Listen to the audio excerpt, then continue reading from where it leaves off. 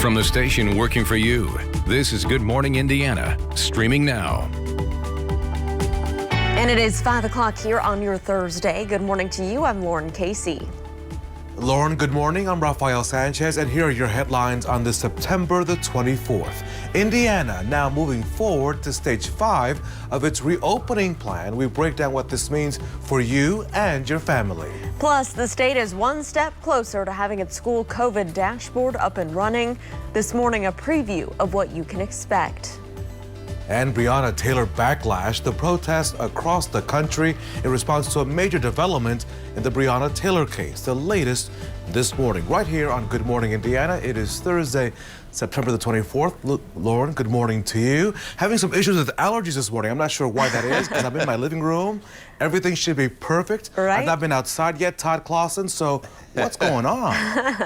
Well, it's maybe because we haven't had any rain, Todd. There's a lot of stuff floating around out there. Yeah, I'm with you, Rafael. The days that I go for long bike rides, the next morning I have the sniffles. I get a little bit of a scratchy throat, and you'll get over it in just a couple hours. But that's exactly dry conditions. We have a lot of dust that's out there, and some of the pollens are pretty high as well because we just had no rain to wash them away or suppress it. So that's what it is, most definitely. As far as rain goes, how about this? For the first time in a long time, we have a little bit showing up on Storm Team 6 radar here, and you can see from Shoals over towards Bedford down into the Mitchell area, we're dealing with this band of rain, and it's slowly lifting to the north, and will continue to do so here this morning to an extent. So I think Bloomington, Columbus, over into portions of the Greensburg area, you'll have the potential of some light shower activity here this morning. I do not think that's going to get up into the metro area. It should start to fade away in just a little bit. The bulk of the heavier rainfall is down to our south. Temperatures this morning with the clouds that are in place running a little bit warmer than they have been. We are sitting in the 50s across the area, 59 in Indy, 54 in Bloomington this morning. One let alone 60-degree temperature still out there up in the Muncie area. Any clouds that are out there this morning will give way to sunny skies as we work our way into the afternoon hours. Turns into a very, very nice Thursday for us with high temperatures above normal in the mid to upper 70s. All right, Todd, thanks so much. Let's take a look at traffic as you're heading out on the roads this morning. Here's I-70, a view here near Sherman Drive. This is just east of downtown. You can see traffic is traveling smoothly, both eastbound and westbound. No issues here in the metro area to slow down your Thursday commute. Of course, we'll keep you updated. Here at 502, the country still reeling this morning. Outraged demonstrators spilling into the streets of cities across the country overnight after a grand jury in Louisville decided not to charge officers for the death of Breonna Taylor. One officer involved in the March shooting, former detective Brett Hankinson, faces 3 charges of wanton endangerment. And Lauren, there were 2 other officers in this case, Jonathan Mattingly and Miles Cosgrove, who also fired their weapons. They were investigated, but they will not face any criminal charges. Kentucky Attorney General Daniel Cameron saying it was a bullet from Cosgrove that killed Taylor, but also saying the officers were justified in the shooting, returning fire after Taylor's boyfriend fired his weapon. Now, the charges against Hankinson are in relation to shots he fired that ripped through a neighboring apartment, not Taylor's death. The decision sparked unrest across the country, including right here in central Indiana. We spoke to a Louisville native at a protest in Bloomington in Monroe County. She told us the decision makes her angry, but that won't stop her from making her voice heard. I feel angry. You know, growing up as a black female in this society is hard. Growing up seeing your cousins and brothers get pulled over and beat, thrown in jail, don't see them for 10 plus years. It's hard, and it makes you angry. Makes you numb almost. Anywhere you protest, your voice needs to be heard no matter where it's from and where it is. You need to be heard, you need to be angry, and you need to keep protesting. The Bloomington event, we are told, remained peaceful overnight. However, that was not the case in Louisville. 2 officers were shot. They're recovering from non-life-threatening injuries this morning following peaceful protests that turned violent. It is not clear if the shootings were in relation to those latest developments. The city of Louisville remains under a 3-day curfew from 9 p.m. all the way through 6:30 a.m. as more protests are anticipated in the coming days. It is 5:05. Let's turn now to the latest on the coronavirus pandemic. Indiana is moving into stage 5 of Governor Holcomb's back on track reopening plan. WRTV's own Kelsey Anderson is joining us live this morning. She's going to break down what this means for you and a message about those masks. Kelsey, good morning. Hey, good morning. So stage 5, we go into that on Saturday, and that is the final stage of the governor's back on track plan. So we are going to be opening up on Saturday, but he does say the masks are still required. So what exactly does stage 5 mean? Well, first, it means size limitations will be removed for social gatherings and meetings. Organizers of events with more than 500 people must submit a written plan to the health department. Restaurants and bars may open at full capacity, but social distancing must be maintained between tables. Gyms and fitness centers may resume normal operations, and face coverings are still required, and you must continue to maintain social distancing. I just want to take 10 seconds to say thank you, because we don't do this without adjusting our daily lives and our routines and how we interact with one another, how we are physically separating ourselves more than in the normal times, how we're washing our hands, how we're masking up. All those actions have an effect on our overall performance as a state of Indiana, county by county, community by community. Now, Governor Holcomb is still asking that restaurants, stores, and business owners stay vigilant and continue to help slow the spread of COVID-19 by social distancing and requiring that people wear a mask in their stores. Now, we are still waiting to learn if Marion County, what they will do as far as their restrictions throughout the pandemic. It has been much more strict here in Indianapolis and across Marion County. So we're hoping to find out soon what Mayor Hogsett has in store for Marion County. Reporting live, Kelsey Anderson, WRTV. Kelsey, thank you. In response to the pandemic, the state is redirecting more dollars to help more Hoosiers. An extra $25 million in CARE Act dollars, federal dollars, will fund tuition-free education as well as training opportunities. With the additional $25 million in funding that we've announced today, we can continue to help Hoosiers skill up or get a better job. I encourage all Hoosiers to take the next step to further their education and training. So listen up this morning. There's a December 30th deadline to spend all of that money. So officials are encouraging you to enroll right now. For more information, go to nextleveljobs.org. Well, we also got a preview, Raphael, of the state's school COVID-19 dashboard. State Health Commissioner Dr. Christina Bach says so far about 70% of Indiana schools have uploaded their data. Once the dashboard is up and running, you'll be able to look up COVID-19 data by school and see a map of where all the positive cases have been reported across the state. We do know that nearly 2,000 of Indiana's positive cases have occurred in schools since the fall semester began. Dr. Bach did not give a timeline on when the school dashboard would go live. Participation is not required as of now, but that may change. Let's stay on this issue of your public health. The state continues to see a consistent number of COVID-19 cases in Indiana. 728 new cases confirmed Wednesday. That brings Indiana's total to more than 113,000 cases. 10 new deaths were also reported. The state's death toll now stands at 3,305. More than 1.3 million people have been tested in our state. 8.6% of those have come back positive. It is 5:08. Colder weather will be here before we know it, and there's help available for Hoosiers in need these winter months. You can start now submitting applications for Indiana's low-income home energy assistance program. To qualify, a household must make no more than 60% of the state median income. Your most recent 3 months of income are used to determine your eligibility. Additional support is available for households who have lost income due to the pandemic. For more information on how to apply, just call 211. So Halloween about a month away, right? And we're beginning to get more information about how cities and towns across central Indiana plan to have trick-or-treat plans. And so the town of Plainfield, for example, has already established official trick-or-treat hours that from 5:30 to 8:30 p.m.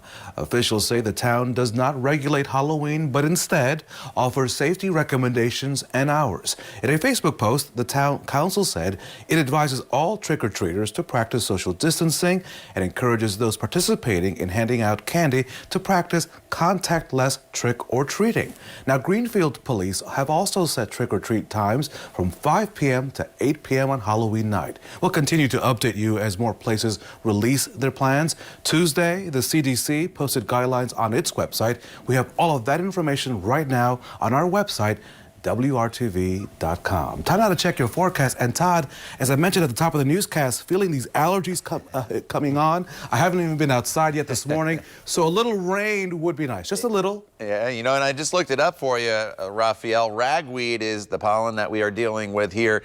It's peaking in September, so that's why myself, yourself, and many of you at home are probably dealing with some sniffles, a little bit of coughing here or there, and that scratchy throat, especially when you wake up in the morning. So we do need some rain to help disperse some of that pollen from the air, and there is some rain out there. Here we go. Bedford down to Mitchell, down to Orleans, and over towards Mitchell Tree in the Shoals area. We're dealing with some rain. In fact, a pretty good little downpour just to the northeast of Mitchell there, and this little band of rain, it's weakening a bit, but it's sliding off towards the northeast, so it may clip the Bloomington area as we get here into the next half hour to 45 minutes or so, and then it's going to make its way potentially over into the Seymour area as well. Not a lot of rainfall, and it's going to fall apart, so it's mainly just for some southern locations. So overall, the bus stop planner is nice and quiet for you, 56 degrees with partly cloudy skies on average this morning.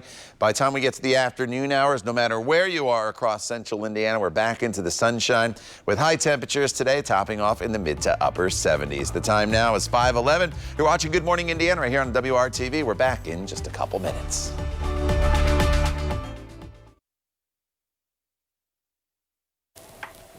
On this Thursday, our Democracy 2020 coverage continues, and President Trump believes the results of the upcoming election will end up before the Supreme Court. That's why he wants his nominee confirmed before Election Day. I think this will end up in the Supreme Court, and I think it's very important that we have 9 justices. This scam that the Democrats are pulling, it's a scam. This scam will be before the United States Supreme Court, and I think having a 4-4 situation is not a good situation. The idea of having that 4-4 split, he was referring to the possibility of having a split court following the passing, of course, of the iconic Justice Ruth Bader Ginsburg. So let me point out that during the 2016 election, the High Court only had 8 justices at the time. The president plans to announce his nominee for the court on Saturday, and Senate Republicans are pushing for confirmation hearings next month, which would be one of the quickest proceedings in modern-day history. The president also said Wednesday that he wouldn't go quietly if he should lose the election in November. In a press conference, he said that the ballots are, quote, a disaster, again suggesting widespread mail-in voting is full of fraud. Well, we're going to have to see what happens. You know that I've been complaining very strongly about the ballots, and the ballots are a disaster. I understand that, but people are rioting. Do you commit to making sure that there's a peaceful transfer of power? We want to get rid of the ballots, and you'll have a very peaceful. There won't be a transfer, frankly. There'll be a continuation. The ballots are out of control. You know it. And you know who knows it better than anybody else? The Democrats know it better than anybody else. Go ahead. The lack of commitment to a peaceful transfer of power is unprecedented. The peaceful transition is a key aspect of American democracy. In response to Trump's comments, rival Joe Biden said, quote, it doesn't surprise me, end quote. Smoke from the western wildfires has traveled from coast to coast, and the tainted air quality could have another nationwide impact. Winemakers out in California, Oregon, and Washington say the smoke could make grapes taste smoky. That could result in wine that's so bad it can't be sold. For consumers, that means a drop in wine prices we saw amid the pandemic would go back up. Winemakers don't know if the damage is that bad yet, but back in 2003, Australia had a similar air quality due to their wildfires, and that impacted the wine industry there for years to come, with a total loss of $286 million. Back here at home, Todd, let's talk about our forecast here. It's been pretty dry, but you say some areas are getting a little bit of rain right now. Yeah, a couple areas to the south here waking up to a nice pleasant little surprise with some rain that's sneaking into the area. We're just on the northern fringe of what was Tropical Storm Beta. We are all dealing with the cloud cover for the most part, but you see these rain showers sneaking in. I'll give you a little bit of a closer look, and it's just a pretty thin little band of rain that's now into the Bloomfield area, Bedford down into the Mitchell area dealing with some rain. Then as you work your way into Jackson County, most of that's probably not reaching the ground as of yet near the Seymour area, but as you work your way south, that is as you get down into Orange County. But it's going to continue to lift to the north and weaken at the same time. So this is not a drought buster. Not everybody's going to see it, but some of you are getting lucky with a little bit of rainfall here this morning down to the south. The bulk of all this heavier rainfall, that is going to stay off to the south and eventually push off towards the east. Big temperature change coming in our forecast. We're going to look ahead to Saturday, 84 degrees. Very summer-like. I wouldn't be surprised if some areas on Saturday even warmer than that because the air is so dry. By Wednesday of next week, look at that though, down to 62 degrees. So we're going for summer to very fall-like temperatures as we get into the middle of next week. So enjoy the next couple days if you're a fan of the warmth and all the sunshine. 57 right now in Bedford, 55 in Lafayette, 57 in Martinsville, and 57 as you make your way over into the Richmond area. Highs today will top off in the upper 70s to right around 80 degrees once again. Northern locations, Lafayette at 80, 80 in Muncie as well. 78 in Anderson as we slide into the central portion of the state. Temperatures, again, anywhere from about 77 to 80 degrees, and then down to the south. A little more in the way of cloud covered, those showers this morning. Temperatures running a little bit cooler for your highs, but still in the mid-70s, and overall a very, very nice day. This evening, all the clouds, no matter where you are, will be gone. In fact, the clouds will be gone basically by mid-morning, I think. In the afternoon hours will be sunny. Sunset, 7:38 this evening. Once the sun sets, temperatures will be falling back down into the 60s. So have the jacket handy if you are going to be out and about later on this evening. Tomorrow morning, we wake up to temperatures that will be in the 50s. That's very seasonable for this time of year. And then for the day tomorrow, mostly sunny skies, high temperature right around 80 degrees. We should be able to hit 80, I think, tomorrow a little before 4 o'clock, and then we'll slowly see these temperatures fall back down into the 70s. Looking ahead in your 7-day planning forecast, Saturday, as I mentioned, 84 degrees, completely dry, well above normal. As we go into Sunday, there's a small chance of an isolated shower late in the day, but it would basically be after all activities are done outdoors on Sunday. 83 on Sunday, so it's still really warm. Monday night into Tuesday, a stronger cold front comes through. That one will have the better chance to bring more widespread rain, I think, to the area, followed by much cooler air. There are those temperatures that will be in the 60s, Raphael, for highs both Tuesday and Wednesday. Todd, thank you so much. Let's head out to Sin City, where Walmart is testing out drone deliveries in Las Vegas of home COVID-19 test kits. Here's how it all works. Customers get a text from Drone Up when the Quest diagnostics test is on its way. That's the first step. The drones then land on people's driveways, their front yards, their sidewalks, or backyards. The samples can then be sent by FedEx to a Quest lab, which will send results digitally, typically in about 2 days. Delivery, which can take as little as 5 minutes, we're told is free. Walmart plans to expand the drone trial to New York, just outside of Buffalo, in early October. Well, another major event is changing the way it operates due to the pandemic. The infamous Times Square ball drop is going virtual. Organizers say they want to ring in 2021, quote, visually, virtually, and safely. They say that there will still be live entertainment, but it will be limited due to COVID-19 restrictions. All of that is still in the works. So fall is officially here, right? Based on your calendar, but for many that means it's time for pumpkin spice season. Up next, the latest company adding the fall flavor, Lauren, to its menu. Are you ready? Oh, we'll see. Okay, so virtual learning, Raphael, we know has made attendance at schools pretty difficult. So just ahead here at 5:30, we'll take a look at how one school is adapting to make sure that students are logging in to learn. It's 5:21. Stick around. We'll be right back.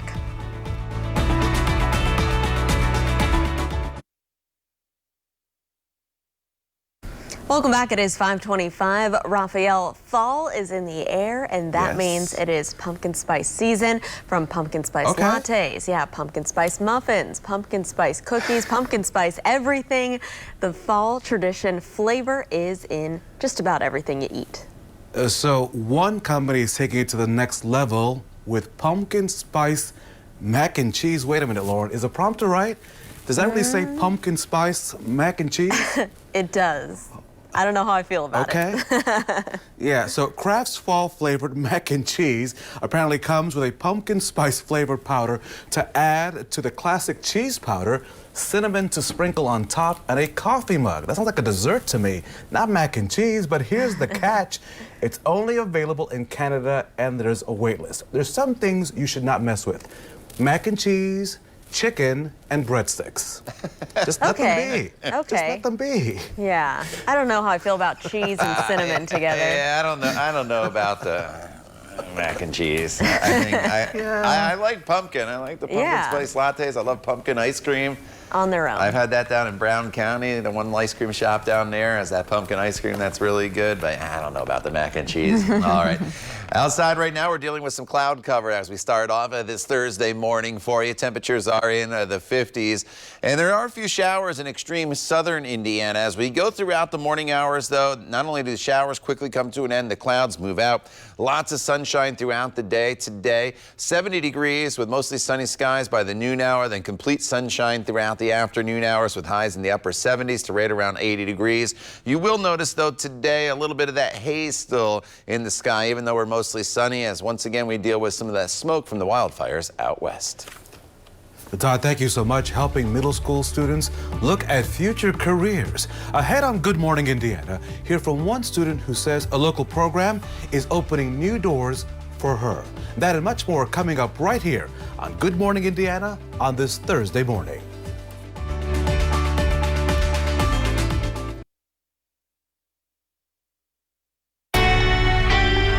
From the station working for you, this is Good Morning Indiana, streaming now. Across the country, crowds take to the streets. They're upset with the grand jury's decision in the Breonna Taylor case. Now at 5:30, how Hoosiers are reacting to the verdict. And the Hoosier State marching forward in the state's reopening plan. We're live this morning with what the next stage means for you and your family. Here at 5:30, want to wish you a good morning from our team here on WRTV and Good Morning Indiana. I'm Lauren Casey. Raphael is back at his home in Johnson County. And Raphael, you say you haven't stepped outside yet this morning. It's pretty nice out there right now. I have now stepped outside between the commercial and Todd Clausen. It is nice outside, but a warning, if you have allergies, it may feel nice outside, but boy, we could use some rain to just wash all these allergens away. Yeah, you know, it's been completely dry, and I've been suffering too. I've told Lauren the past few mornings, I go on a bike ride the next morning, I got a scratchy throat, I sneeze a couple of times, and that's because the ragweed is pretty high, and with no rain to wash it down or take those allergens out of the air, we're going to continue to deal with that probably until we get some decent rain. Now, there is some rain on radar here this morning. It's a nice welcome change, and you have to go into southern locations to find some of these showers. But this band's actually holding together pretty well right now from Mitchell Tree to Bedford. The heaviest of the rain is through the Mitchell area, but now starting to lift into Medora and eventually over here towards the Seymour area. As this band continues to lift to the north, it should start to weaken, so I'm not expecting it to make it into the Indianapolis area or points to the north, but nonetheless, some welcomed rain for some of you in extreme southern portions of central Indiana this morning. The bulk of this real heavy rainfall is just going to stay to our south and then push off towards the east. Lauren mentioned the temperatures running a little bit warmer than the past few mornings. Instead of the 40s out there, everybody's in the 50s or even the 60s, 61 in Muncie, 59 in Indianapolis. If you're seeing the cloud cover here this morning, it'll burn off pretty quickly. So we'll call it partly cloudy still at 8 a.m., but then completely sunny throughout the afternoon and into the evening hours with high temperatures today. Once again, getting above normal, anywhere from about 75 to 80 degrees. All right, Todd, thanks. Let's take a look at traffic as you're heading out there on your roads this Thursday. Good morning to you in Carmel. Here's a live look at US 31, a view from Rangeline Road where you can see traffic is pretty quiet this morning. Traveling up to speed both northbound and southbound. We'll continue to keep our eyes on your roads and keep you updated on any issues you need to avoid. Breonna Taylor! Breonna Taylor! Overnight protests erupting across the country after the grand jury's decision in the case of Breonna Taylor. Taylor was shot and killed by police back in March. Now, from Louisville to the nation's capital to right here in central Indiana, crowds gathered to demand more action and to say her name. Protesters violently clashed in Louisville after only one of 3 officers involved in Taylor's case was indicted. ABC's Alex Prochet reports that those charges are not related to her death. Overnight protests across the country following the grand jury's decision in the Breonna Taylor case. And in Louisville, demonstrations turning violent. We have an officer down. Investigators confirming 2 police officers were shot less than 1 hour before the city's curfew when a large crowd faced off with police in riot gear. Both officers with non-life-threatening injuries. I am very concerned about the safety of our officers. Kentucky's governor deploying roughly 500 members of the National Guard to help. Overnight, Joe Biden tweeting, even amidst the profound grief and anger today's decision generated, violence is never and can never be the answer. The president tweeted overnight he was praying for the officers shot, but refused to answer questions from ABC News about Breonna Taylor protesters. I have a big Mr. call. President, just one more question if I can on Breonna Taylor. People are protesting in the streets. What is your message to them? Only one of the 3 officers involved in Taylor's shooting has been charged, but the charges aren't related to her death. Brett Hankinson now faces charges for allegedly endangering neighbors in the apartment complex. He's now out of jail on a $15,000 bond. The grand jury found the other officers involved in that raid gone wrong in March used their weapons justifiably. Detective Miles Cosgrove, who fired 16 times, and Sergeant John Mattingly, who fired 6 times. The grand jury agreed that Mattingly and Cosgrove were justified in the return of deadly fire after having been fired upon by Kenneth Walker. Walker, Taylor's boyfriend, says he fired a warning shot from his legally owned gun when he did not hear police announce themselves. Breonna's family attorney in a statement called the decision offensive and another example of no accountability for the genocide of persons of color by white police officers. The FBI tells ABC News it is looking into all aspects of the Breonna Taylor case, and that includes the information used to get that search warrant and whether or not it was legal. Alex Prochet, ABC News, Washington. Back here at home in central Indiana, dozens of protesters marched through the streets of Bloomington, continuing their calls for justice. Many IU students were among that group, and we talked to Chandler Price. She says she's proud to see her classmates of all races joining in on the demonstrations and chants saying that Black Lives Matter. I cried. You know, when I went to the first protest back at home when everything just went down, I cried because it's good to see other people that aren't black protesting. That means a lot. That's unity. And we're reaching out to more than just us. We're going to become powerful and strong. And that's what we need. Well, as the protests continued into the night, everything remained peaceful there in Bloomington. Our state is moving forward with its reopening plans. Saturday, we'll see some changes depending on where you live. WRTV's Kelsey Anderson, she joins us live this morning with what all of this means for you and your family. Kelsey, good morning. Hey, good morning, Raphael. So on Saturday, we will move into the 5th and final stage of Governor Holcomb's Back on Track plan. But he says that does not mean that the pandemic is over. So what does stage 5 look like? Well, it means size limitations will be removed for social gatherings and meetings.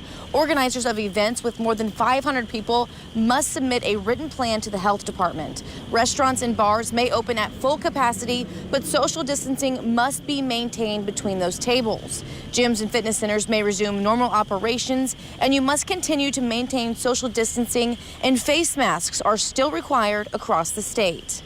I know no one wants to wear a face mask. I mean, this is different, especially for Americans and Hoosiers. I get it. It's not my preference either, but it's not my preference that the pandemic is on top of us either and follows us around. And while our numbers are tracking in the right direction, enabling us to further open up, it's because of this.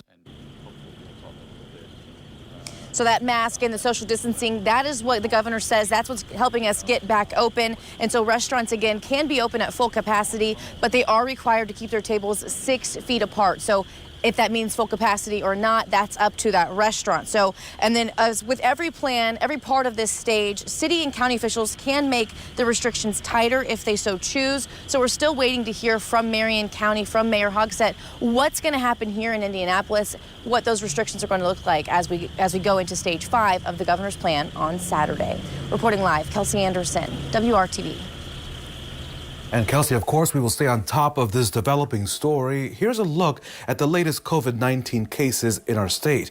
The state health department confirming 728 new cases on Wednesday. That brings the state's total to more than 113,000 cases.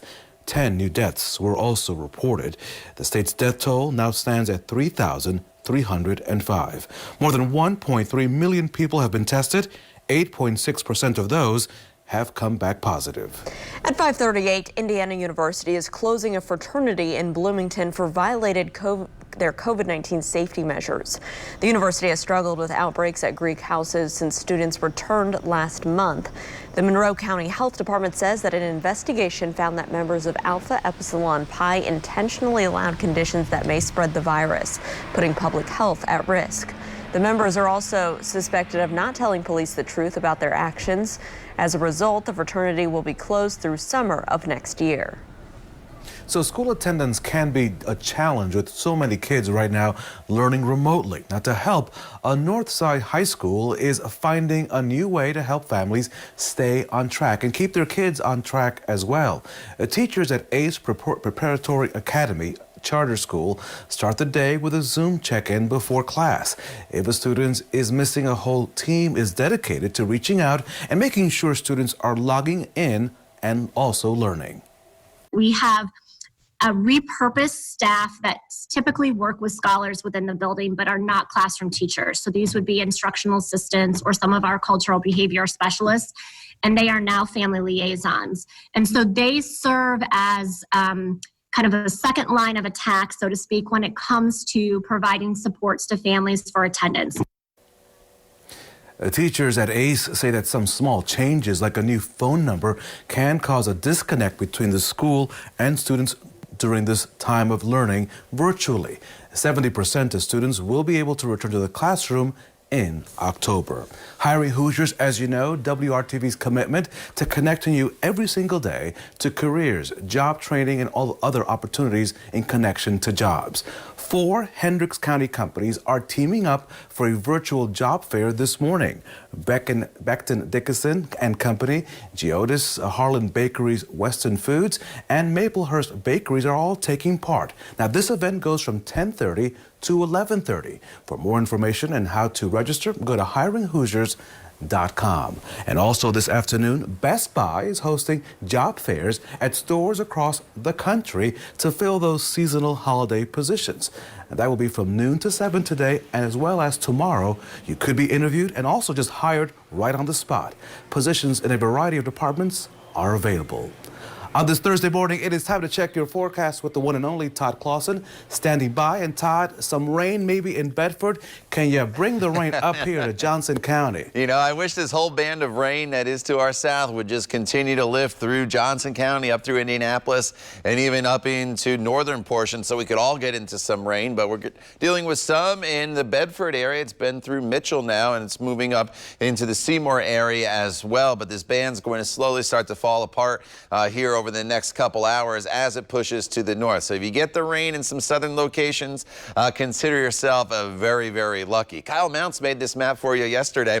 I find it really, really fascinating. So what it is your temperature departure from average. You see the reds here, and then we have our little graph. We're going to continue to run anywhere from about 5 to 10 degrees above normal as we go throughout the course of the next few days. So Sunday, we're still in the red. We're still above normal, but watch what happens as we go into Tuesday as this line advances, and then all of a sudden the map starts to drop off and we build in all this blue as we work our way into Monday and into Tuesday, as temperatures will eventually start to run about 10 degrees below normal. We go from summer-like warmth on Saturday and Sunday to very fall-like temperatures that are well below normal by the middle of next week as we get a big push of cool air from Canada. We'll talk more about it in your 7-day planning forecast coming up in just a few minutes. All right, Todd, thanks so much. watch. Well, one group making sure eligible inmates know they can make their voices heard. Coming up, how they're helping those in jail vote and transition back into the real world. We'll be right back.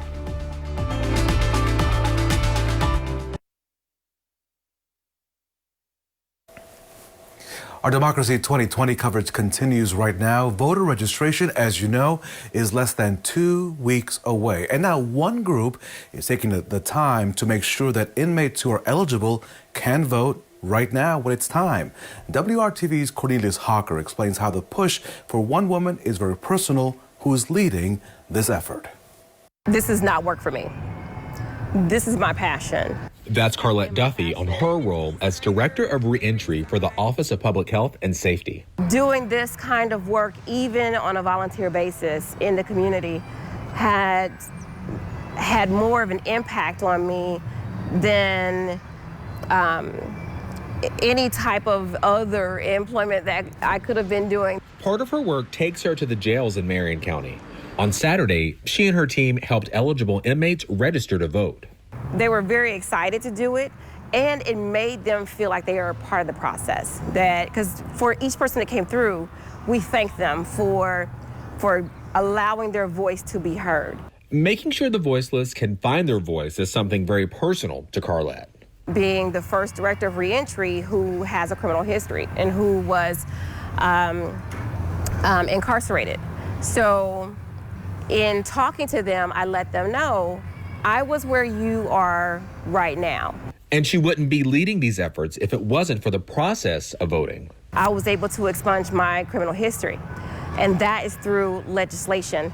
That is through legislatures who are put in place because we vote. Carlette tells me the work she's doing is so more people who are in situations like she was in have more opportunities to change their lives for the better.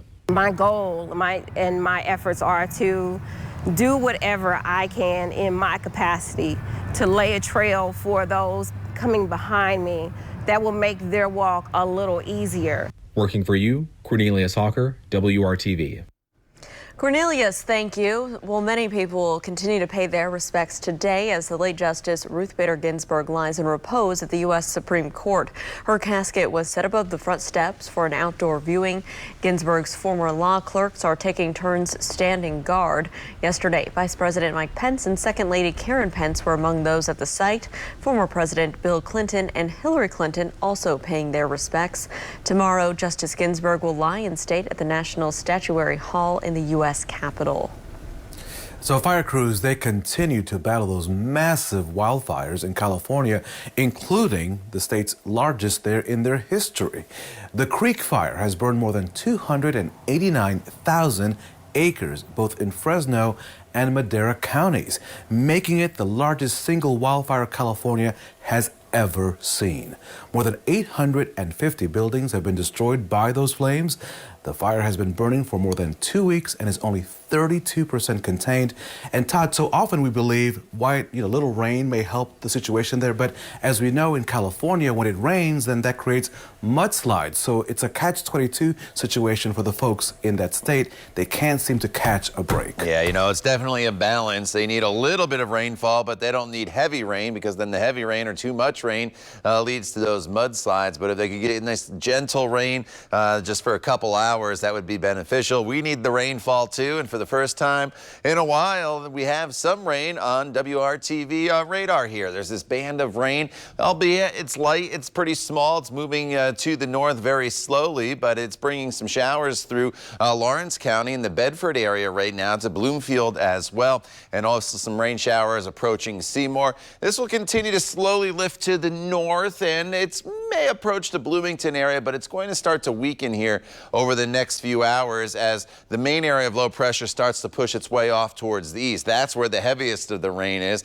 But hey, we will take whatever we can get here across central Indiana as we continue to be very, very dry. Indianapolis a little drier than Bloomington, but nonetheless, look at these rainfall deficits as we make our way through the month of September. And Bloomington's catching up to Indy now. Both Indy, Shelbyville, and Bloomington over 2 2 1/3 inches of rain below where we should be. Muncie almost an inch now. Lafayette, you had some heavier rainfall up in the Labor Day area, Labor Day time frame in your area. So that's why your numbers aren't quite as high, but it's been dry the past 2 weeks. So everybody's dealing with dry conditions. We need some rainfall. Thankfully, some areas are getting some right now, but a little better chance of more widespread rain.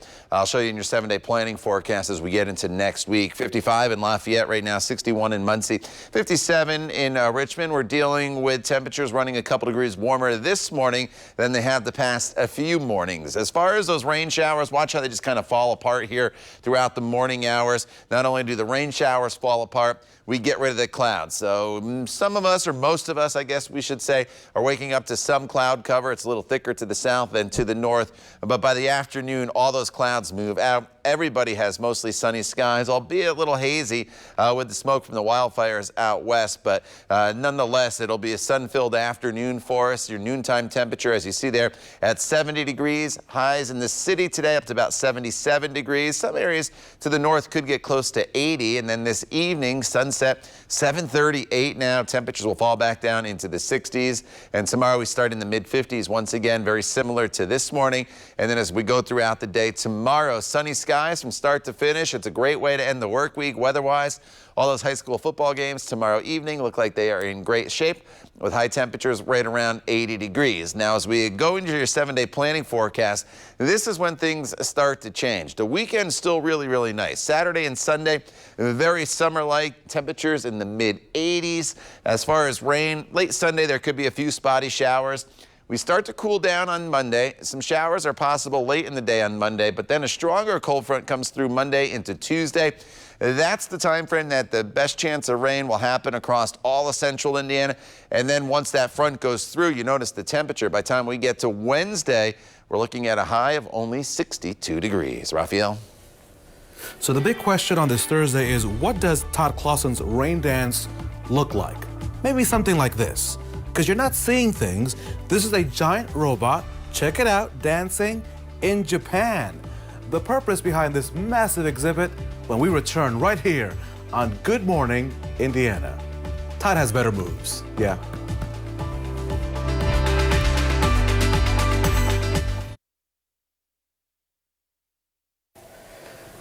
So a giant robot based on a character from a classic anime series showed off its move during a test in Japan. Have you seen this? Check it out. The massive humanoid resembles a robot from the Mobile Suit Gundam, a popular TV series from the late 70s. The robot can be seen walking and kneeling and gesturing in a video that was posted on Twitter on Monday. It stands at nearly 60 feet high and weighs 24 tons. I should point out that my good friend Todd Clausen is as tall as the robot, at least from my perspective since I'm so short, but Todd's YMCA moves, I am told, are way better. If you can see Todd on the dance floor, this robot has nothing on Todd Clausen. Yeah, I'm not going to do them on air for everybody. You're just going to have to maybe be at a wedding with me sometime in the future to get that. But I've been to Japan and Tokyo, and they love their robots there. There's a great light show. If you're ever going to Tokyo, find me on my Facebook page and send me a message, and I'll give you the recommendation. But they definitely love their robots there. All right, outside right now, some needed rainfall across parts of the area down here to the south. As you work your way from Bloomfield to Bedford over and towards the Seymour area, this band of rain will continue to lift to the north. As it does, though, unfortunately, it's going to weaken as the storm system to our south pushes off towards the east. Temperatures as you walk out the door this morning are in the 50s and 60s. Highs today will eventually be topping off in the mid to upper 70s across the area with sunny skies. So just a little bit of cloud cover to start. Turns into a sun-filled afternoon for us with those above normal temperatures. The time now is 5:57. This is Good Morning Indiana. The 6 o'clock hour is up next. Stay with us. We're back in just a couple minutes.